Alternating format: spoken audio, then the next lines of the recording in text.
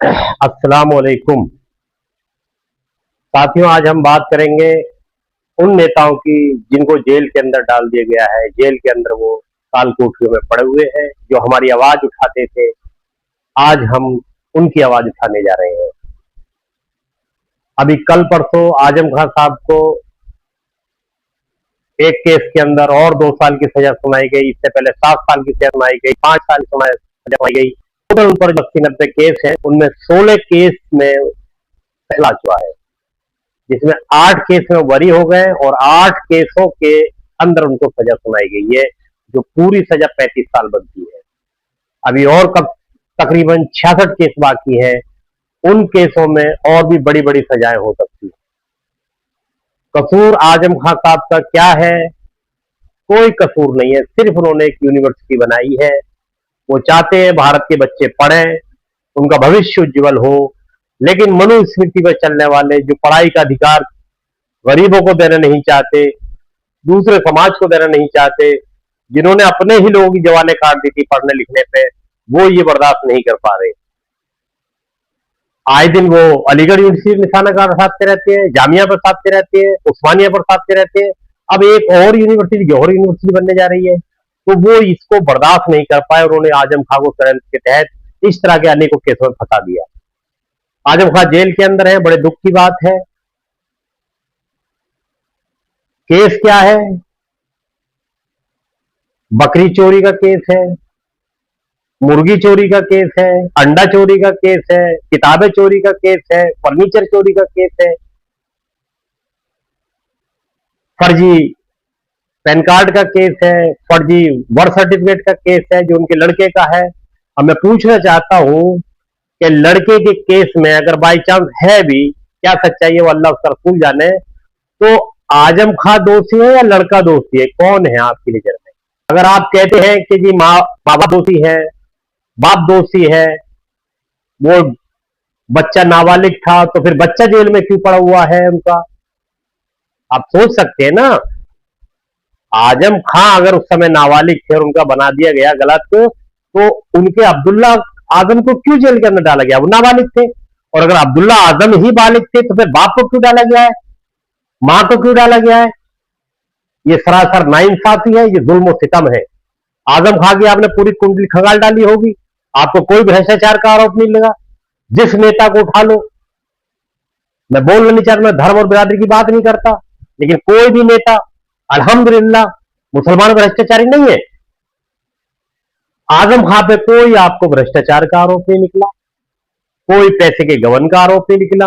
जो बंदा एक मुद्दत तक सत्ता में रहे हैं, चाहते तो क्या से क्या नहीं कर सकते थे, लेकिन कोई भ्रष्टाचार का आरोप नहीं। कई कई मंत्रालय उनके पास रहे, बड़े बड़े मंत्रालय उनके पास रहे, लेकिन उसके बाद भी कोई भ्रष्टाचार का आरोप नहीं लगा। आजम खान पे केस लगा रखे हैं आपने, मुर्गी और किताबें चोरी करेंगे वो। अभी एक केस और रह गया, वो भी लिख लेना डीएम साहब। मुर्गी बकरी चोरी का जो लगाया ना, उसके अंदर रस्सी भी थी, रस्सी चोरी का भी लगा देते। बहुत बड़े संस्कारी हो रहे हैं तुम लोग, आप लोग बहुत ज्यादा संस्कारी हो। और ये मैं कहना चाहूंगा, ये सब आजम खान साहब का कसूर है। यूपी के अंदर एडवाणी और उसके गुर्रे दंदनाते फिरते थे, भारत को गृह युद्ध में झोंकने की बातें करते थे, बाबरी मस्जिद को तोड़ने की बातें करते थे, तब आप लोगों को समझ दिया। आज किसी साहब ने कहा है कि भेड़िए पर तरस खाना बकरियों पर जुल्म है। आपने इन दरिंदों पर तरस खाया। कौन सी ऐसी थी एडवाणी की जो भारत को गृह युद्ध में जलाने की बात नहीं करती थी? कौन सी ऐसी स्पीच थी योगी आदित्यनाथ की जो भारत को गृह युद्ध में जलाने की बात नहीं करती थी? लेकिन आपने उस वक्त कार्रवाई नहीं करी, उसका खमियाजा आप भुगत रहे हैं। बात सच्ची है, लेकिन बुरी लग सकती है आपको। आज वो आपको सिखा रहे हैं कि कानून क्या होता है। अंडा चोरी में भी आप मिनिस्टर जेल जा सकता है, भारत का इतना बड़ा कानून है। और जजों का आलम यह है कि जज नहीं रहे, ये क्या बोलूं इनके बारे में। देश गुलाम होता है तो सभी गुलाम हो जाते हैं, जज भी गुलाम हो जाते हैं, पुलिस अधिकारी भी गुलाम हो जाते हैं, सुरक्षा एजेंसियां भी गुलाम हो जाती हैं, कोर्ट और सुप्रीम कोर्ट भी गुलाम हो जाते हैं, चुनाव आयोग भी गुलाम हो जाता है। और अब देश ये गुलाम हो चुका है, इसको डिक्लेयर कर देना चाहिए, कुछ बचा नहीं है। जज ये भूल चुके हैं कि वो अब स्वतंत्र है फैसला सुनाने के लिए, लेकिन उसके बावजूद भी वो जब प्रज्ञा सिंह जैसा दरिंदा आता है तो उसको तो छोड़ देते हैं। एनआईए उसको सजा मिले इसकी पैरवी नहीं करती, उसको बचाने के लिए कैसे कैसे षड्यंत्र चलते हैं। प्रियंका प्रज्ञा ठाकुर को बचाने के लिए इन्होंने ऐसे ऐसे षड्यंत्र रचे, ऐसे ऐसे षड्यंत्र रचे कि उसकी जो बाइक, जो मेन सबूत था उसके खिलाफ, तमाम कई सबूत है उसके खिलाफ। एक सबसे बड़ा सबूत था उसकी बाइक जिसे बम ब्लास्ट हुआ था। उस बाइक के चेचिस नंबर और दूसरी नंबर उसके गायब करा दिए कि जी चोरी हो गई, और ये उनकी बाइक के सबूत, ये प्रूफ ही हो रहा। इस तरह की ये एनआईए काम कर रही है। और उसके बाद उन्होंने हाई कोर्ट में ये सब होने के बाद सुप्रीम कोर्ट में अपील भी नहीं करी। इस तरह का ये देश के अंदर दोहरा चरित्र चल रहा है। एक तरफ तो कहते हैं कि समान नागरिकता हो, और एक तरफ इस तरह के ये समान नागरिकता ही है। मुसलमान मिल जाए तो उसकी टांग कटांग घर के चीर दो, बेखुशी होकर फांसी पर टांगो, और किसका पता नहीं हो, जिसका फल हुआ हो, सर से लेकर पांव तक हुआ हो, उसको बचा लो। ये चल रहा है यहां पे। में डाल रखा है, क्या कसूर है उनका? अलामा तौकीर रजा साहब का कसूर क्या है? कोई गैर कानून है, संविधान के विरुद्ध है, हमारा मौलिक अधिकार नहीं है, हम भारत के नागरिक नहीं है, सारे अधिकार तुम्हारे ही हैं गद्दारों। देश के लिए तुमने खून का कतरा ना बहाया और हमें तोप के मुंह से बांध बांध के मारा गया। हमारा कोई अधिकार नहीं है देश के अंदर। अगर गांधी जी की कामयाबी के अंदर किसी का योगदान है तो वो हमारा है। सुभाष चंद्र बोस की कामयाबी में किसी का योगदान है तो वो हमारा है। लाल बहादुर शास्त्री की कामयाबी में अगर कोई योगदान किसी का तो वो हमारा है। लाल बहादुर शास्त्री का साथ हमने दिया, गांधी जी का साथ हमने दिया, सुभाष चंद्र बोस का साथ हमने दिया, और तुम इन तीनों के दुश्मन, तुम इन तीनों के दुश्मन हो। आज तुम हमें पाठ पढ़ा रहे हो, देशभक्ति का सर्टिफिकेट बांट रहे हो। इतने दुख की बात है कि अल्लामा तौकीर रजा साहब ने कोई प्रोटेस्ट भी नहीं करा कि ये जताना कि हम रसूल आजम से मोहब्बत करें, इससे हमें कोई न रोक सकता। ये अपराध हो गया है क्या? और अगर ये अपराध है तो उसके बाद हम अपराध भी करते रहेंगे। ये अल्लामा तौकीर रजा साहब को जेल में डाल दिया, और जबकि उन्होंने प्रशासन की रिक्वेस्ट पर, डीएम की रिक्वेस्ट पर, एसपी की रिक्वेस्ट पर उस प्रोटेस्ट को उन्होंने कैंसिल कर दिया था कि अच्छा हम नहीं करते, जाओ। बाकायदा एक वीडियो बनाकर सोशल मीडिया पर वायरल किया था कि कल ये प्रोटेस्ट नहीं होगा।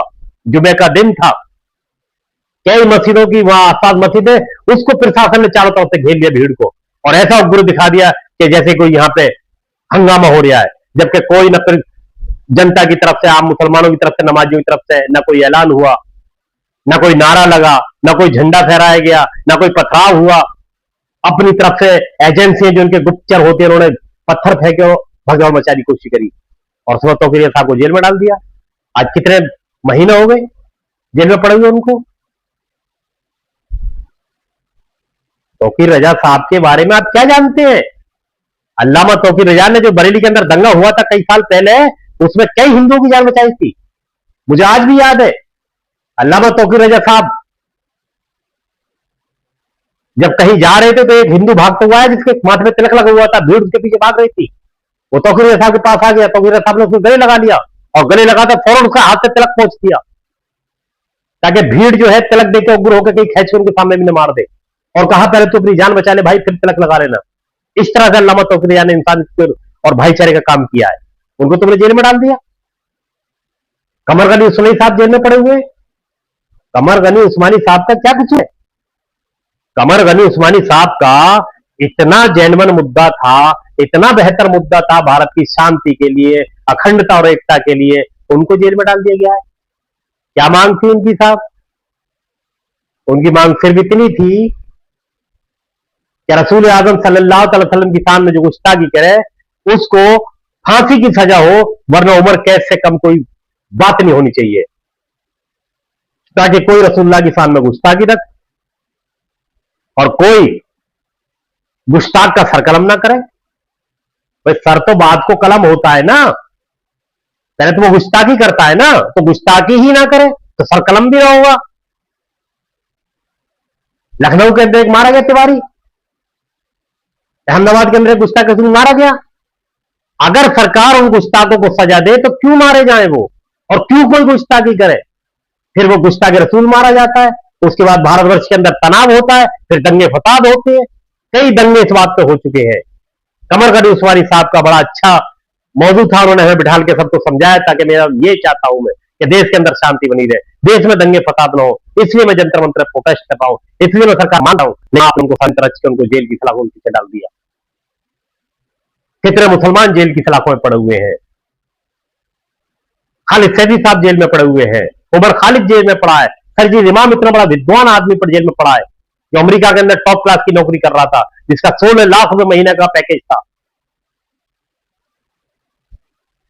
यहां का मुर्शिदाबाद के जो काउंसलर थे वो जेल के अंदर पड़े हुए हैं। ताहिर हुसैन साहब, ताहिर हुसैन आप जानते हो कितना रॉयल आदमी था। कोई भी इंसान उसके घर पे चला जाए, गरीब लड़की की शादी का कार्ड लेके गए, साहब आपको शादी में आना है, तो बोले ये शादी में आऊं या ना आऊं, ये 50,000 रुपए मेरी तरफ से ले जाओ, बेटी के हाथ पे रख देना। ऐसे इंसान को तुमने गरीबों के बच्चिया को जेल में डाल रखा है। तमाम जेलों के अंदर मुसलमान भरे हुए हैं।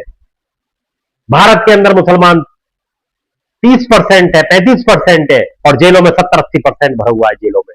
ये आलम जेलों का है। मुरादाबाद की जेल में मुझे जाना हुआ था कभी एक टाइम, तो मैंने देखा वहां पर जेल का आलम ये था कि जो बैरिक जिसमें ओनली 50-60 कैदी सो सकते हैं आराम से, उसमें 250-250 कैदी भरे हुए हैं।